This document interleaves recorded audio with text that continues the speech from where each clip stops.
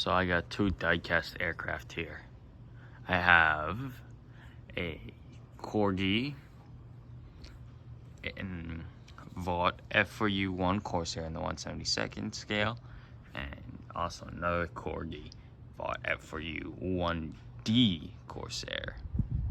So these were priced as $20, but I bargained them down to $15 each. So I'm gonna open the F4U 1 first. So these are used. I got them at a gun show. So they have it in Oahu, where there's a gun show every, I believe, September or October. Mine was on September 31st, I believe. Yeah, so I bought those here at the gun show. So then here is the airplane. It's made by Corgi. I have a diagnostic model, and let's say the stand is very similar to it, but looking at it, it's glass instead of black, like not glass, but clear plastic. It has more information. So this is a limited edition. So this is a 727th model out of 4,500 that were made. So then, yeah, the stand really resembles a diagnostic, except this part here, where instead of it having plastic, it's a rubber. So it can have a better fit, I'm assuming. And here is the F4U 1 Corsair. So this one has the antennas and propeller spins like most corgi World War II models, probably all. And it has that little detail there, which here I'm going to put this on the stand before I continue talking. This on the stand. Put the box back together.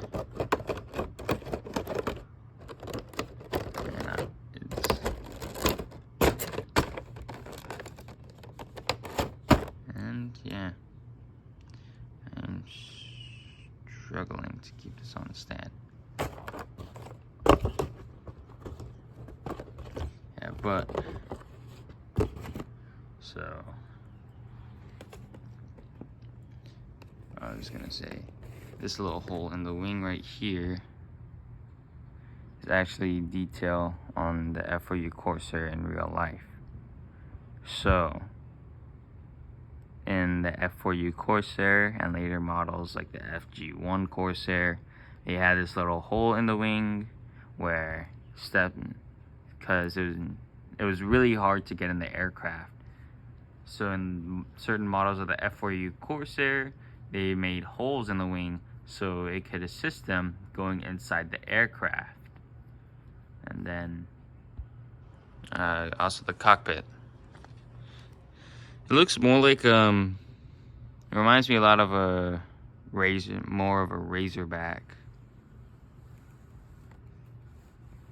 Yeah, it's a lot like a Razorback style cockpit, like the P-47D Razorback kind of style.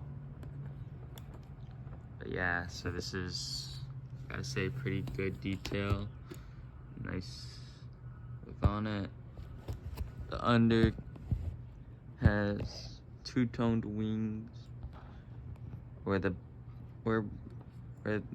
bends, it changes colors. Has the 6 machine guns.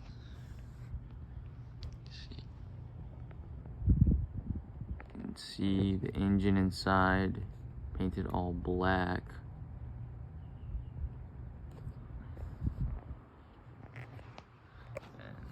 Has right here on the side, Marine's Dream. So this is, sorry for always messing up with the camera. But yeah, that is our F4U 1 Corsair. Now next is our F4U 1D Corsair. It's a little dented on the bottom of this one when I was carrying it on with me, but yeah, I realized this back of the box actually has more information. I looked at it before I opened it, or before, I haven't even opened it, but before I record to open it. But this is made in 2004, which I'm assuming, since they both have similar packaging, they're both made in 2004. Now, they're both limited edition. They both have similar packaging styles, so the sides are all similar. So yeah, and then of course, actually the planes are pointing in different angles. So let's open the box. This one is, it's not easy opening a box one hand. There you go. So here is the F4U 1D Corsair. This registration of the F4U 1D Corsair actually still flies. And I think it has in real life the label of the Community Air Force on it. So here is the model. There's a hair on it. Propeller spins as well. This one has the gear up markings. This one is more, instead of a flat paint like this, and the F4U 1 Corsair, this more of has a gloss on it. Also has a stair hole. You can see from the bottom and the top. Has the two antennas on it as well. And overall, I love the checker pattern, which I really love how accurate they got it, except propeller tip's supposed to be silver, but I feel like the navy actually fits it better, even though it isn't accurate. So it has very similar molds, but this one has more of a bubble shaped cockpit. Like I forget what it's called. It's like oh yeah, it's more like the Malcolm Hood's cockpit. So this one, instead of putting this one on the stand, I'm probably gonna put the landing gear on this one. So a little bit more information. And since the F4U Corsair actually has a pretty large propeller and has a very powerful engine. The engine is a Pratt & Whitney R2800 8W radial piston engine. It has 6 mounted 12.7mm machine guns on these. So if you actually take it off, it's real life size. It was purposed as a fighter bomber. So when these things are used as fighter bombers, they actually had it where the landing gear, they would push the stick to the right, and then the landing gear stick to the right and then up. What that did was deploy the 2 front landing gear. They used this so when they dive bomb, it was like air brakes. So it looked like this. Coming down, it looked like this. You wouldn't see the back landing gear wouldn't be deployed, but the 2 front ones would, as a way to give it brakes when it was like how the SPD Dauntless has diving brakes. The F4U Corsair's dive brakes was its landing gear doors, because unlike the A6M0, which their landing gear doors are on the side, and the F4U Corsair had their gear doors on the front. So they realized they could use it as diving brakes. So, last but not least, our rear landing gear and our carrier hook. Carefully set it down. So, it's my first die-cast F4U Corsair model, which I used to have a toy F4U Corsair by Maisto, which it looked good, but not as good as these. So here it is, landing gear down. Then to give it a little bit more detail, see if you can put the drop tanks on these.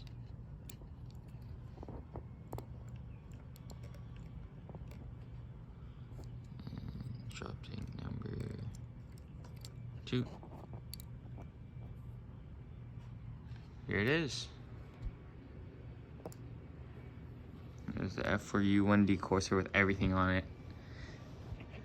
Landing gear down, the drop tanks are on, carrier hooks out,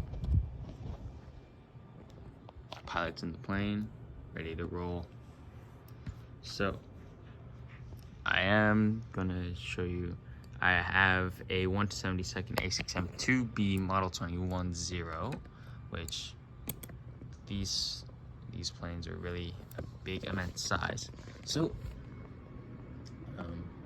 show you. So I have a diagnosti A6M2B0, which you can tell the stands are very similar to Kobe's, but like I said, it's in black plastic. So size, because of the F4U Corsair, how powerful the engine was, they gave it big, powerful propellers. So if you see in earlier models, they gave big 3-bladed propellers instead of 4 blades. Instead of in the later models of the F4U Corsair, the 4-blade propeller on the later models were smaller. So here's the A6M2B0.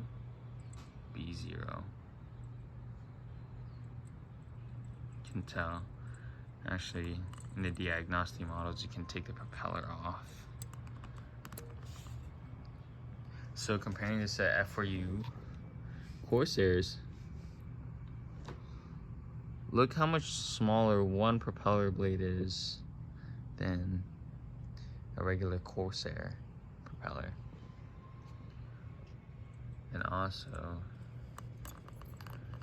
the F4U Corsair was serviced from the 1940s all the way until 1953 during the Korean War, used as, and well, man, the plane keeps on falling. That's why I do not like doing unboxings on fabric furniture, but I don't have much room. But these were serviced until 1953, and they were used in the Korean War, and the specific model that they used in the Korean War was the F4U Corsair.